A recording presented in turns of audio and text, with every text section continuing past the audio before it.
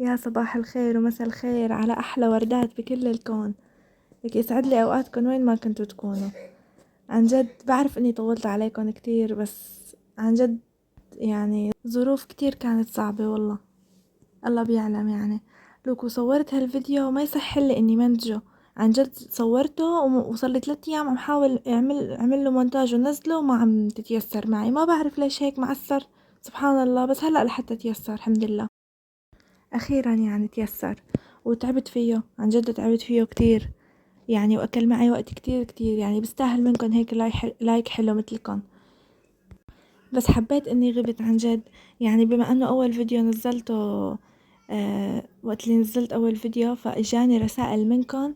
عن جد اجاني رسائل، مع انه رغم العدد القليل كتير بالقناة يعني انه مشتركين كتير قليل العدد، بس كتير عن جد فرحتوني من قلبي. في عالم بعتت لي وينك لهلا، ليش ما عدتي نزلتي وحياة الله. وفي بنات بعتولي انه حبينا حكيك وتصويرك وهيك، ارجعي نزلي مرة تانية واستمري يعني ما توقفي. عن جد كتير فرحتوني من قلبي، الله يجبر قلبكم وخاطركم يا رب، هيك مثل ما فرحتوا قلبي. فانا هلا رح استمر يعني، انتو كتير شجعتوني اني استمر. عن جد كتير كنت خايفة انا ومترددة من اول فيديو، بس عن جد شجعتوني وعطيتوني طاقة كتير كبيرة، خلتني اقوم دغري بلش ارجع منتج ورغم كل الظروف اللي صارت معي. ربي يسعدكم يا رب ويفرح قلبكم هيك بكل شي حلو بتتمنوه يا رب. يعني أنا هذا هدف من القناة، وهذا الشي اللي بدي إياه، العالم الحقيقية يلي تحبني، يلي تحب فيديوهاتي، تشجعني إني استمر. لأنه وقت رح تكونوا أنتوا بتحبوني وتشجعوني وتعطوني طاقة وتشجعوني إني كفي، فأنا رح يطلع معي فيديوهات كتير حلوة. وبرجع بقولكن ربي يسعدكن مرة تانية. ومثل العادة هون بدنا نبلش الفيديو بفنجان القهوة وفنجان الرواق هيك وفنجان السعادة. واليوم عم تشاركني بالقهوة هيك، شاركتنا الوالدة، الله يطول بعمرها يا رب ويخلي لكم أمهاتكم هيك. اليوم اجت هيك شاركتني بالقهوة من الصبح وقضت معي يومي، فأنا حبيت نزلكم اليوم كيف قضينا مع بعض. وإن شاء الله يا رب تلاقوا فيديو حلو، وإن شاء الله يا رب يعجبكم. هون وأنا عم جهز فنجان القهوة عملت للأولاد هيك كورن فليكس مع حليب الصبح بيفطروا، لأنه أولادي ما بيشربوا حليب هيك لحاله، بيحبوا الكورن فليكس. وأنا مشان هيك روق على فنجان القهوة فعم بجيب لهم كورن فليكس هيك. هن بياكلوا كورن فليكس، منه فطور يعني، ومنه مفيد كتير ومنه أنا بشرب فنجان قهوتي على رواق، لأنه الحمد لله فنجان قهوتي مدته الصباحية ساعتين، يعني على ما نصحصح ونشرب القهوة بده ساعتين يعني. بيستاهل فنجان القهوة.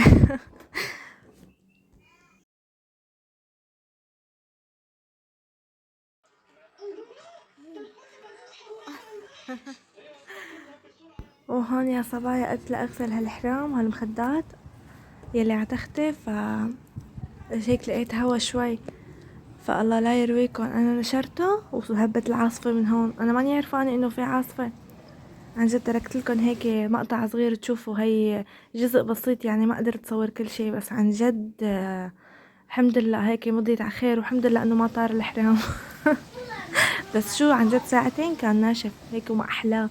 على استهيت يكون على طول هيك هوا، خلي هالغسيل ينشف بالشتوية. لا ولو عرفانة كنت غسلت حرامات البيت كله يعني، كنت غسلت حرامات الأولاد وهيك، بس هادو طول لحتى نشف يعني، ضل المسا يعني، المسا صار رجع مطر وهيك، الحمد لله يلي كسبنا غسيل الحرام بهيك أيام. وهيك قمت جهزت فطور بسيط هيك لأمي ونفطر مع بعض هيك، لأنه أنا لحالي هيك ما بعرف بتكسلن بحط الفطور، كسلانة بحس حالي أحيانا، عن جد ما بعرف ليش. بعمل غدا، عندي عمل الغدا هيك أهون والطبخة، ما بعرف ليش هيك كتير بستصعب الفطور، ما بعرف. ما بحب حط فطور، مع انه اهم وجبة يعني الواحد لازم يهتم فيها. ايه والحمد لله فطرنا. وهون يا صبايا امنا قامت امي، الله يخلي لي اياها يا رب ويخلي لكم امهاتكم، وطبخت لي هيك يخنة ملفوف. عن جد انا وقت اللي بتجي امي لعندي عن جد كتير برتاح من الطبخ وهيك، بتطبخ عني وهيك، الله يخلي لي اياها يا رب. وانا اول مره بعمل لهي الاكله على فكره، هي اول مره، بما انه هي اكله الموسم هلا، فيعني خدوا فكره واطبخوا بكره. امبارحة طلعت قدامي وحدة كاتبة خدوا فكرة وطبخوا بكرة، خدي فكرة وطبخي بكرة. فانتوا اذا ما استفدتوا شي من هالطبخة، لانه كل واحد له طريقته بعمل هاي الاكلة، اذا ما استفدتوا شي من هون من الطريقة، فانتوا استفدتوا انكم خدوا فكرة وطبخوها بكرة يعني. عن جد انا كتير بحب فيديوهات هيك، احيانا بحضرها باخد افكار يعني. صح ما بكون انه بدي طريقة وهيك، لانه كل واحد بحب طريقته الخاصة يعني، فبحب اني باخد افكار احيانا وانا ما بعرف اعملها. فامي الله يجزيها الخير يا رب، عن جد ما بعرف اعملها يعني. هاي الاكله ما طابختها ولا مره يعني. من اول ما تزوجت انا جوزي ما بياكلها، وانا وقت اللي امي بتعملها بتعزمني عليها بروح باكلها عندها. فتعالوا احكي لكم قصتي مع هالاكله. هي ولادي بعتت لي جارتي صحن يخنة ملفوف. ايه، وبالعاده بناكلها عند امي لهي الاكله يعني، انا والولاد بناكلها عند اهلي. ايه، فوقت اجت الجارة وجابت لي هذا الصحن، الله يسلم ايديها يا رب، بلشوا قدامه ماما شو هاد؟ ماما ليش ما بتعملي لنا منه؟ ما بنعرفه شو هذا. مثل هدول الاولاد يلي امهم بكل نهار بتطعميهم موز، وبس يروحوا لعند العالم ويحطوا لهم موز بيقولوا لامهم ماما شو هاد؟ ما بنعرفه. عن جد يعني هن بيعرفوها، بناكلها عند اهلي، بس ما بعرف ليش هيك الاولاد. الله هيك، الله يهديهم، ليش هيك بيصيروا بيعملوا؟ ما بعرف عن جد يعني. قال ما بنعرفها ماما شو هاي، عملي لنا منها ما بنعرفها. عن جد خجلوني. ايه، وهيك صابنا والله. مثل هي اللي بتطعمي كل نهار ولادها موز، واخر شي قالوا لها ما بنعرف الموز شو هذا، وخجلوها. وهون حطينا الاكل على النار، وانا رحت نزلنا على، انا وامي نزلنا على اليوزبير، على ماركت اليوزبير، واشترينا هيك شوية اغراض ناقصيني ولازميني. حابة اشاركن معكن هيك وورجيكن شو جبت. هاي علبة البيتي فور اللي على جوز الهند، كتير ظريفة، فيها جوز الهند وشوكولا. وكارن فليكس للولاد لأنه خلصنا عنا الكارن فليكس، ولبن وحليب. وشو كمان أنا نسيتهم، أنا ناطرة يطالع لي بالكيس عشان عن جد نسيتهم عشان أقول. وهي نشا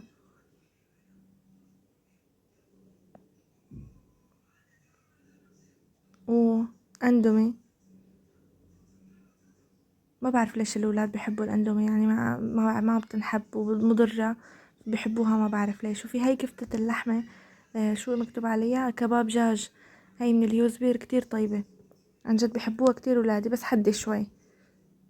جبتها، قلت إذا شي يوم ماني طابخة أو شي فبعمل لهم إياها. وفي هاي الديدوران عليه عرض، كتير حلوة ريحتها، وعليه عرض يعني، بنصحكن تاخدوا منه.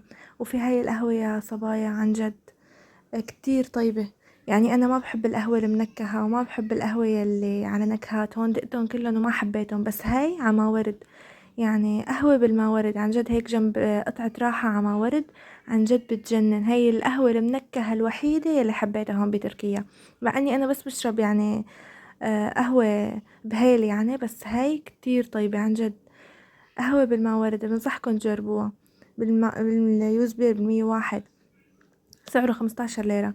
وهي اخدت هيك ظرفين كابتشينو، هيك بيجي معاهن ظروف صغيرة شوكولا هيك ملزقين من ورا. ما بعرف اذا يعني انتو اكيد مجربينه، بس انا اول مرة بجربهم.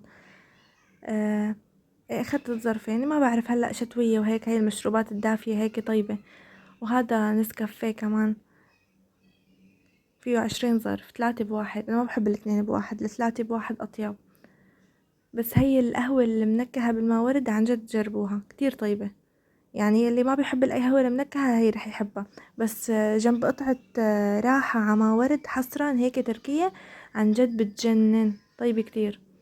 وفي هذا القهوة جاب لي اياه جوزي كمان، الله يرزقه هيك، بس هذا مو من اليوزبير، هذا هي القهوة المرة جولد.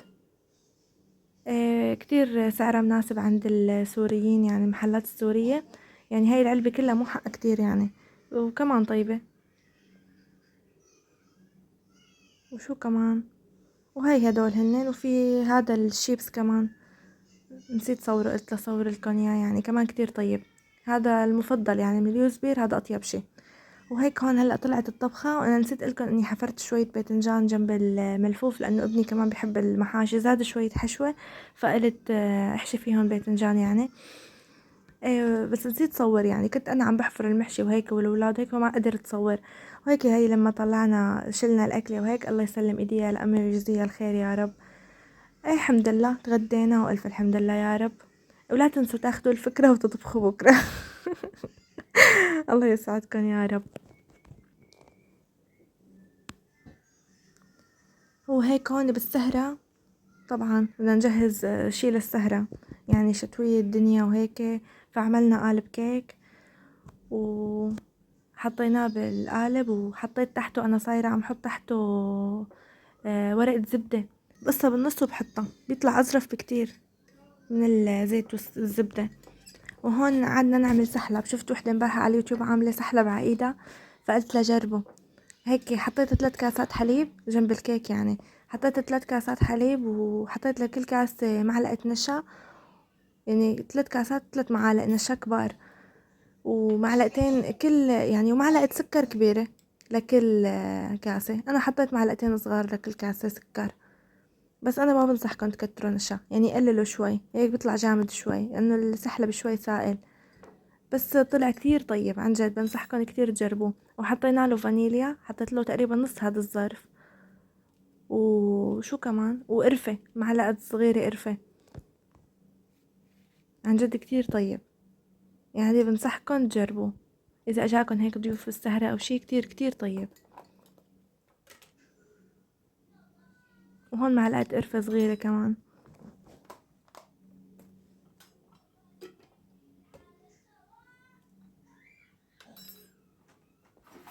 ايه وهلا بنحركن مليح، بنخلطن هيك كتير مليح شوي ما مشان النشا هيك يدوب شوي والسكر.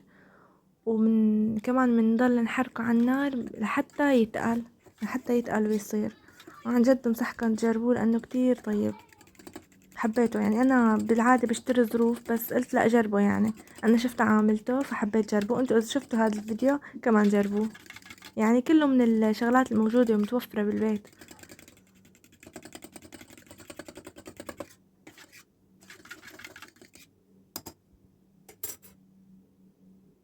وبس ليتقل من على النار بتشيله.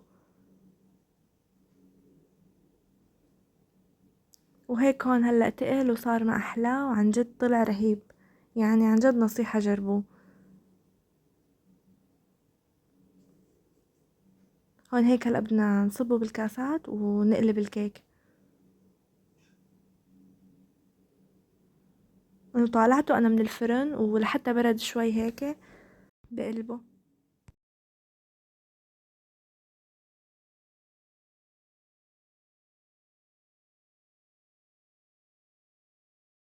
وهلأ هون هيك جهزناه بالكاسات ورشينا على وشه هيك رشة قرفة. وهلأ بدنا نقلب الكيك كمان. هلأ بصور لكم النتيجة النهائية كيف طلع.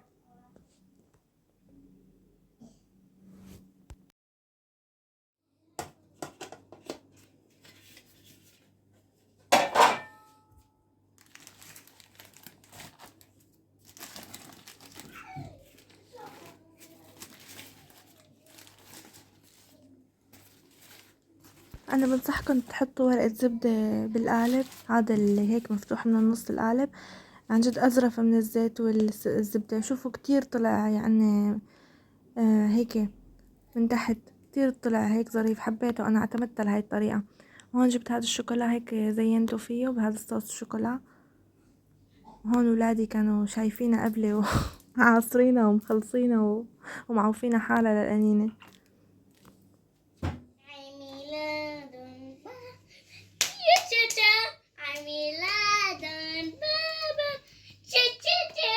وهون ابني أمير كل ما عملنا كيك بصير يغني عيد ميلاد حدا، بفكر انه عنا عيد ميلاد.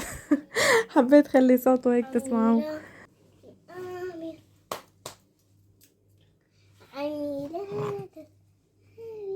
وهي النتيجة النهائية هيك للكيك وللسحلب. الله يعطيني العافية يا رب ويسلم ايديه. وهيك بعد ما قطعته شوفوا ما اظرفه هيك وش قد طري وهيك. فبنصحكم تقوموا هلا تجربوه، هو والسحلب. هلا اكيد انتو كلكم تعرفوا تعملوا كيك، كلكم بيطلع معكم طيب وبجنن. بس انا رح اترك لكم المقادير بصندوق الوصف، بلكي هيك حبيتوا تجربوا نفس الطريقة. وهيك بكون وصلت معكم لنهاية هذا الفيديو، وإن شاء الله تكونوا استفدتوا وأخدتوا كتير أفكار. ربي يسعدكم وإن شاء الله تضلوا بألف خير يا رب.